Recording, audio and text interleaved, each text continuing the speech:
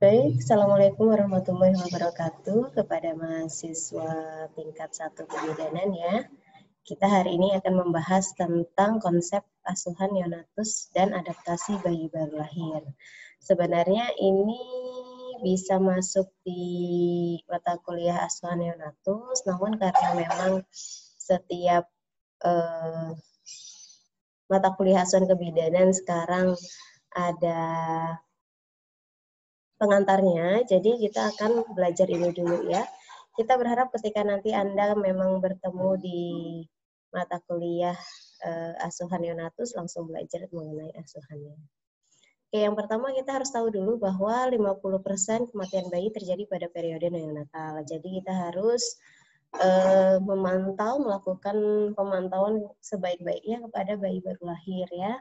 Tetap 6 jam, 2 jam, 6 jam, 24 jam, kemudian KF2 dan KF3, KN2 dan KN3, kunjungan neonatus kedua dan kunjungan neonatus ketiga. Kurang baiknya penanganan BBL yang sehat akan menyebabkan kelainan-kelainan yang mengakibatkan cacat seumur hidup dan bahkan kematian. Pencegahan merupakan hal yang baik yang harus dilakukan dalam penanganan neonatal sehingga neonatus perlu menyesuaikan diri dari kehidupan intrauterin ke ekstrauterin. Periode perinatal juga merupakan periode paling kritis dalam fase pertumbuhan dan perkembangan bayi.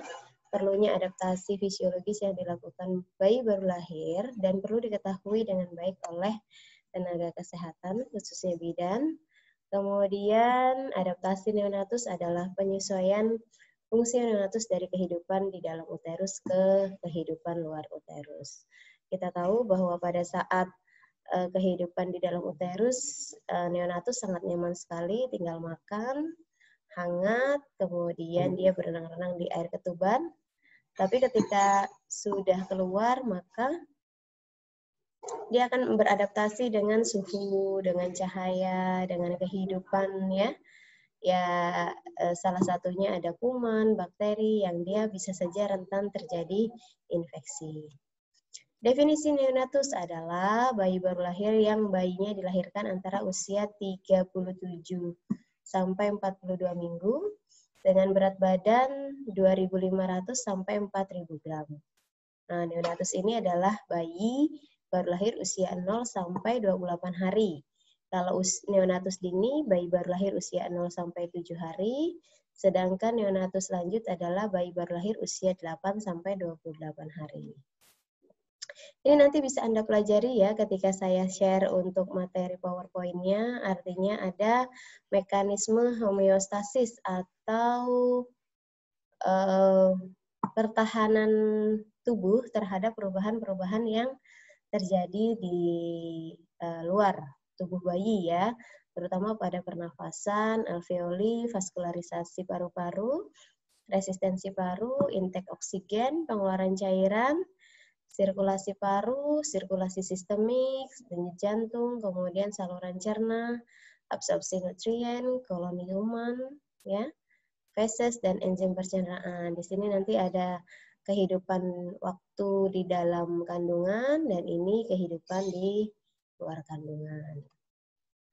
Faktor yang mempengaruhi proses adaptasi neonatus yang pertama adalah riwayat antepartum atau riwayat kehamilan ya. Jadi Anda tolong pahami sekali mengenai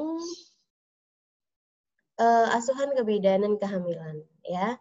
Jadi kalau saat hamil ibunya terpapar zat toksik, maka sikap ibu terhadap kehamilannya dan pengalaman pengasuhan bayi, maka itu bisa menjadi faktor yang mempengaruhi proses adaptasi neonatus.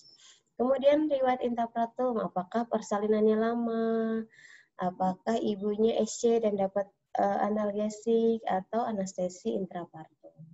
Itu juga bisa mempengaruhi. Contoh gini misalnya, ada ibu yang diberikan obat anestesinya sifatnya umum. Nah, itu juga akan mempengaruhi bayi ketika dia masih dalam kandungan, obat anestesi itu akan masuk ke dalam tubuh bayinya meskipun tidak serta-merta dia langsung memiliki impact yang sama dengan ibunya, artinya ibunya bisa tidur, tidak merasakan sakit dan sebagainya, tapi tetap ada pengaruh yang terjadi pada tubuh bayinya pada saat keluar dari rahim ibunya. Kemudian kapasitas fisiologis bayi baru lahir untuk melakukan transisi dari kehidupan intrauterin ke kehidupan ekstrauterin. Ini juga perlu diperhatikan. Kalau bayinya normal, bayinya lahir tepat waktu, berat badannya cukup, dia punya kemampuan fisiologis untuk melakukan adaptasi. Tapi kalau bayinya prematur, beratnya cuma 1 kilo 700 gram ya, kemudian sesak nafas atau mengalami asfiksia, itu bisa mengalami ketidakmampuan kapasitas fisiologis dalam melakukan transisi dari kehidupan intrauterin ke ekstrauterin. Kemampuan petugas kesehatan dalam mengkaji dan merespon masalah dengan tepat terjadi pada saat ini ya. Nah, ini adalah homeostasis, kemampuan mempertahankan fungsi-fungsi vital. Apa ini ya? Mohon maaf saya lupa. Sebentar. Sorry. Yang bersifat dinamis ya. Dipengaruhi oleh tahap pertumbuhan dan perkembangan, artinya ketika bayi baru lahir dia masih rentan, tapi kita tetap perlu melakukan pemantauan pertumbuhan dan perkembangan bayi, ya, termasuk pada masa intrauterin. Homeostasis pada neonatus juga ditentukan oleh maturitas dan status gizi. Tadi, bayi yang lahir pada tepat waktunya akan lebih memiliki kemampuan homeostasis lebih baik dibandingkan bayi yang lahir pada saat prematur. Ya. Nah, ini contoh pada bayi kurang bulan, matriks otaknya belum sempurna sehingga mudah terjadi perdarahan intrakranial. Nanti dari perdarahan intrakranial bisa mengakibatkan hal yang lain-lain. Sindrom asfiksia, hiperbilirubinemia yang juga tinggi, kemudian pada bayi yang postmatur, adanya hambatan pertumbuhan akibat penurunan fungsi plasenta dan hipoksia janin. Oke, lanjut ya. Ini sistem pernafasan, ada beberapa sistem yang kita bahas, namun nanti Anda bisa baca sendiri dulu melalui PowerPoint saya. Intinya ketika bayi kurang dari usia kehamilan 34 sampai 36 minggu, dia masih memiliki struktur paru-paru yang belum matang. Sehingga pada bayi-bayi prematur yang kebetulan memang harus dilahirkan, dia ibunya akan diberikan obat pematangan paru terlebih dahulu sebelum bayinya dilahirkan. Seperti itu. Tapi kalau 34 sampai 36 minggu, struktur paru-paru sudah mulai matang dan ibu dapat melakukan persalinan dan bayi bisa melakukan adaptasi pada sistem pernafasan. Ini ya, di sini alveolus, di sini ada nasal cavity, ini paru-paru yang ketika di dalam janin itu belum berfungsi, di dalam rahim belum berfungsi, dia akan berfungsi ketika bayinya baru lahir, ya. Ini proses pernafasan bayi, nanti bisa dibaca, ya. Kemudian suhu tubuh, nah di dalam tubuh ibu, bayi akan merasakan suhu tubuhnya ibu sekitar 35 sampai 37 derajat Celcius. Ada 4 mekanisme kemungkinan hilangnya panas bayi, yaitu konduksi, konveksi, radiasi, dan evaporasi. Ini juga nanti akan dibahas, ya, pengertiannya. Kemudian mencegah bayi kehilangan panas, artinya adalah ketika bayi baru lahir, dia dalam keadaan basah karena air ketuban. Oleh karena itu, jika ruangan persalinan ada AC, ada kipas angin, maka kita wajib mengeringkan bayi. Kalau enggak, dia nanti penurunan suhunya terlalu banyak, ya, atau dia akan turun. Menyelimuti bayi, menutup bagian kepala, melakukan metode kanguru, tidak melakukan pemandikan bayi sampai 6 jam pertama, dan menempatkan bayi dalam tempat yang hangat. Metabolisme pada jam-jam pertama, energi didapatkan dari perubahan karbohidrat yang ada dalam tubuh bayi. Biasanya juga ASI ibu belum keluar pada hari pertama sampai hari ketiga. Maka dari itu dioptimalkan pada saat asuhan kehamilan, ibu perlu melakukan perawatan payudara. Ya, kalau bisa 6 jam itu sudah dilakukan breast care atau pijat payudara atau pijat oksitosin supaya ASI-nya bisa keluar, ya. Nanti setelah dapat ASI, maka energi yang terpenuhi mencapai 60% lemak dan 40% karbohidrat. Kemudian ini sistem perubahan peredaran darah, nanti ada 2 perubahan yang besar. Yang pertama adalah penutupan foramen oval pada atrium dan aorta, serta penutupan ductus arteriosus antara arteri paru-paru dan aorta. Nanti bisa, nah ini kalau sistem peredaran darah janin, ini dia dari plasenta, ya. Ada perbedaan mendasar antara sistem peredaran darah janin dengan sistem peredaran darah dewasa. Jadi kalau waktu janin yang membawa oksigen, darah bersih yang membawa oksigen itu pada vena, ya, vena umbilicalis. Ini masuk sampai ke vena venosus bagian hati, lanjut ke aorta, masuk ke dalam jantung janinnya, ya. Karena darah ini sudah bersih, bawa oksigen dari tubuh ibunya, maka paru-paru tidak melakukan fungsinya sebagai pertukaran gas antara oksigen dan CO2, ya. Nanti dibaca juga ya. Ini nanti, nah 2 peristiwa penting dalam peningkatan tekanan pembuluh darah. Yang pertama adalah pada saat tali pusat dipotong dan pada saat pernafasan pertama, saat bayinya keluar dia nangis, itulah pernafasan pertama. Jadi kalau ada bayi yang dilahirkan tidak menangis, dia berarti kemampuan nafasnya belum maksimal, ya. Nah, ini keseimbangan air dan ginjal, tubuh bayi lebih banyak mengandung air dan kadar natrium yang lebih besar, ya, dibandingkan kalium karena ruang ekstraselulernya luas. Fungsi ginjal juga belum sempurna karena jumlah nefron masih belum memadai seperti orang dewasa. Ketidakseimbangan luas permukaan glomerulus dan volume tubulus proksimal, serta renal blood flow relatif kecil. Imunoglobulin plasenta merupakan sawar atau penahan, ya, sehingga fetus bebas dari antigen dan stres imunologis. Pada bayi baru lahir hanya terdapat IgG sehingga imunologi dari ibunya dapat melalui plasenta. Tetapi bila ada infeksi yang dapat menembus plasenta seperti lus, toksoplasma, herpes, dan herpes simplex, maka reaksi imunologis dapat terjadi dengan pembentukan sel plasma dan antibodi gamma A, G, dan M. Nanti ini bisa dibaca sendiri. Kemudian ASI merupakan salah satu sumber nutrisi dan kekebalan, terutama kolostrum. Kolostrum adalah cairan pertama kali yang keluar dari payudara pada hari pertama sampai hari ketiga yang akan memberikan kekebalan pasif pada bayi dalam bentuk laktoferin dan lisosom, ya. Kemudian traktus digestivus, nah ini juga yang perlu disampaikan, jangan sampai bayi baru lahir ketemu neneknya kemudian dikasih kerokan pisang, ya, jangan sampai karena tadi belum berkembang secara sempurna. Pada neonatus, traktus digestivus mengandung zat berwarna hitam kehijauan yang terdiri dari mukopolisakarida yang disebut mekonium. Jadi waktu pertama kali bayi lahir itu fesesnya warnanya hijau tua, ya, hijau kehitaman. Mekonium keluar pada 10 jam pertama dan dalam 4 hari biasanya feses sudah mulai terbentuk secara khas karena bayinya sudah mulai mengkonsumsi ASI atau kalau pada bayi BBLR biasanya ditambahkan dengan susu BBLR.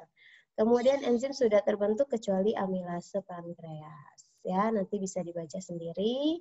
Kita perlu memperhatikan bahwa seorang bayi yang mengalami hipotermi pada saat lahir akan mengakibatkan hipoksia dan menggunakan persediaan glikogen pada jam pertama kelahirannya. Jadi kalau hipotermi pasti dia juga hipoglikemi. Hati, setelah lahir, hati mengalami kenaikan kadar protein serta penurunan kadar lemak dan glikogen. Sel hemopoietik juga mulai berkurang walaupun memakan waktu agak lama. Enzim hati belum aktif benar, daya detoksifikasinya juga belum sempurna. Ini keseimbangan asam basa, derajat asaman darah pada waktu lahir sangat rendah karena terjadi glikolisis anaerobik, artinya glikolisis ini adalah pemecahan glikogen untuk memberikan asupan nutrisi kepada bayi dan energi, ya. Dalam 24 jam neonatus dapat mengkompensasi asidosis ini. Nah, asuhan kebidanan pada bayi baru lahir itu ada 8, ya. Yang pertama adalah bayi baru lahir sebenarnya menghangatkan dulu, ya. Kemudian pemotongan tali pusat, inisiasi menyusui dini. manajemen asuhan bayi baru lahir, mekanisme kehilangan panas, memberikan salep mata, kemudian imunisasi, bonding attachment, dan terakhir adalah pencegahan perdarahan intrakranial. Pada saat bayi baru lahir kita juga perlu melakukan penurunan resiko infeksi atau pencegahan infeksi pada bayi baru lahir dengan cara memakai sarung tangan, celemek plastik atau karet, kemudian membersihkan darah atau cairan yang menempel pada bayi secara hati-hati menggunakan kapas ya, dan cuci tangan sebelum atau setelah merawat bayi. Tunda membersihkan BBL sampai suhunya stabil, kemudian perawatan tali pusat dalam mencegah kolonisasi infeksi kuman secara umum ya, dengan perawatan kering, tidak menggunakan alkohol maupun menggunakan betadine. Kemudian pencegahan infeksi lainnya yang dapat kita lakukan adalah praktek persalinan yang aman, artinya bidan di sini harus menyiapkan sarana dan prasarana persalinan yang bersih, alatnya steril, kemudian memberikan ASI dini terutama pada kolostrum, kemudian deteksi dini serta pengobatan dini infeksi ya. Pemotongan tali pusat, awalnya pemotongan tali pusat itu bayi lahir langsung dipotong ya, sekitar 10 sampai 30 detik. Karena supaya cepat diperiksa, cepat dikeringkan dan sebagainya. Tetapi tidak, sekarang menurut WHO menyarankan agar tali pusat baru dijepit dan dipotong setidaknya 1 sampai 3 menit atau lebih setelah bayi lahir ya. Bahkan ada yang melahirkan dengan lotus birth, di mana pemotongan tali pusat dilakukan saat saat tali pusatnya tidak berdenyut lagi atau sampai puput sendiri sampai 6 sampai 7 hari ya. Jadi si bayi bawa plasentanya. Kemudian inisiasi menyusui dini adalah proses bayi menyusui segera setelah lahir. Jadi pada saat bayinya lahir, ibu membuka baju, ya, tidak memakai bra, kemudian bayi diletakkan di perut ibu. Nanti bayi akan melakukan pencarian puting susu, ya, dan tidak disodorkan langsung gitu. Dia cari sendiri, nanti merangkak ke atas, jilati tangannya, kemudian mencari, karena bau puting susu dengan bau air ketuban itu hampir sama ya. Inisiasi menyusui dini sangat membantu dalam keberlangsungan pemberian ASI eksklusif dan lama menyusui. Dilakukan selama 1 jam dan tidak boleh diganggu. Nah ini yang biasanya dilakukan oleh Bu Bidan ya. Biar cepat inisiasi menyusui dininya, bayinya langsung ditaruh di puting susu ibu, padahal enggak ya, harusnya di perut, nanti dia akan mencari sendiri, merangkak, ya, melakukan tendangan-tendangan supaya juga membantu proses merangsang kontraksi pada uterus, termasuk juga bonding attachment, kemudian stabilisasi suhu bayi, karena kulit bayi sama kulit ibu nempel jadi skin to skin, ya. Manajemen kebidanan bayi baru lahir. Nah, manajemen kebidanan kalau Anda kemarin semester 1 sudah belajar tentang pengantar asuhan kebidanan yang merupakan konsep, ya. Kita ada 7 langkah manajemen kebidanan. Yang pertama adalah pengkajian dan anamnesa. Pengkajian yang terdiri dari anamnesa dan pemeriksaan, kemudian interpretasi data, menilai kebutuhan dan menentukan masalah, ini langkah kedua. Kemudian menentukan diagnosa potensial, kemudian melakukan tindakan segera, mandiri atau kolaborasi atau rujukan pada langkah keempat, kemudian melakukan perencanaan langkah kelima, kemudian melakukan pelaksanaan langkah keenam, dan terakhir adalah evaluasi. Nah ini contoh tadi ya, manajemen itu pola pikir, jadi kita kalau ketemu sama bayi, kita lakukan pengkajian dulu, anamnesa, tanya-tanya, diperiksa, dicek bayinya normal atau tidak, kemudian kalau ada masalah tentukan diagnosa potensial. Kemudian kita lakukan tindakan ya, mandiri, kolaborasi atau rujukan, kemudian melakukan perencanaan untuk memberikan asuhan kebidanan apa saja yang diperlukan oleh bayi, melakukan pelaksanaan dan evaluasi ya. Ini contoh asuhan kebidanan atau perencanaan ya, perencanaan dan pelaksanaan yang bisa dilakukan pada bayi baru lahir. Yang pertama mengeringkan dan menghangatkan, hampir sama sih sama yang tadi asuhan ya. Kemudian pemotongan tali pusat, IMD, bonding attachment, perawatan bayi baru lahir, pemberian vitamin K, pemberian imunisasi hepatitis B, pemberian salep mata, penata laksanaan gawat darurat, dan pencatatan serta pelaporan. Nah, ini tadi mekanisme kehilangan panas. Yang pertama adalah evaporasi, yaitu jika tubuh bayi lahir tidak segera dikeringkan, maka terjadi kehilangan panas. Ya, contohnya adalah bayi yang terlalu cepat dimandikan atau bayi yang tidak dikeringkan, itu terjadi evaporasi. Kemudian konduksi adalah kehilangan panas tubuh mulai kontak langsung antara tubuh bayi dengan permukaan yang dingin, meja, tempat tidur, timbangan, ya, tidak diberikan alas. Kemudian konveksi adalah kehilangan panas tubuh terjadi saat bayi terpapar udara yang sekitar yang lebih dingin, misalnya ruangan ber-AC, kipas angin, ya, harus disesuaikan suhunya. Kemudian radiasi adalah kehilangan panas yang terjadi karena bayi ditempatkan di dekat benda-benda yang mempunyai suhu lebih rendah dari suhu tubuh bayi. Contohnya apa? Ya tadi timbangan, ya. Apalagi sampingnya ada kipas angin, ada tempat yang terbuat dari besi, itu bisa terjadi radiasi, gitu ya. Kemudian pemberian salep mata, sekitar 5% bayi baru lahir mengalami sumbatan pada satu atau kedua mata. Namun hampir 90% dapat sembuh sendiri pada usia 1 tahun. Survei yang dilakukan oleh para ahli mata di dunia menunjukkan bahwa sekitar 64% dari mereka memakai teknik pemijatan ringan pada sudut bola mata hingga ke pangkal hidung sebagai penanganan awal terhadap kasus-kasus dengan sumbatan ductus nasolacrimalis sampai pasien berusia 1 tahun.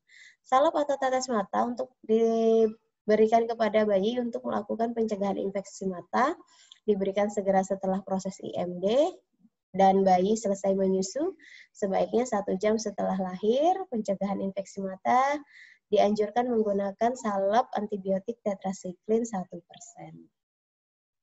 Bonding attachment adalah sentuhan awal atau kontak kulit antara ibu dan bayi pada menit-menit pertama sampai beberapa jam setelah kelahiran bayi. Dalam hal ini, kontak ibu dan ayah akan menentukan tumbuh kembang anak menjadi optimal. Pada proses ini, terjadi penggabungan berdasarkan cinta dan penerimaan yang tulus dari orang tua terhadap anaknya dan memberikan dukungan asuhan dalam perawatannya. Bonding attachment yang baik pada saat bayi akan memberikan dukungan sosial dan mental serta emosional kepada anak ketika dia sudah menjadi remaja atau dewasa. Kemudian pencegahan perdarahan intrakranial, ya, ini dilakukan dengan memberikan vitamin K1 atau vitaminadion sebanyak 1 mg dosis tunggal intramuskuler pada anterolateral paha kiri, ya, dilakukan setelah proses IMD. Kemudian setelah diberikan suntik vitamin K, diberikan imunisasi hepatitis B dengan jeda 1 jam. Dan ketika vitamin K sudah dibuka, tidak boleh disimpan untuk dipergunakan kembali. Jadi 1 vitamin K, 1 bayi. Ya, kemudian imunisasi hepatitis B diberikan kepada bayi baru lahir untuk memberikan perlindungan terhadap penyakit hepatitis B. Tujuannya untuk memberikan kekebalan, mengurangi angka kesakitan dan kematian bayi akibat hepatitis B. Sebenarnya idealnya akan diberikan 1 jam setelah lahir pada saat setelah diberikan suntikan vitamin K. Tetapi kalau memang tidak sempat atau bayinya mengalami sesuatu hal, boleh diberikan dengan jarak waktu sampai 7 hari. Ya, disuntikan pada paha bayi sebelah kanan. Paha kiri vitamin K, paha kanan adalah hepatitis B. Oke, mungkin itu saja dari saya. Terima kasih atas perhatiannya. Mudah-mudahan video ini bermanfaat bagi semua mahasiswa di tingkat 1 kebidanan Stikasiasi. Untuk tugasnya mohon di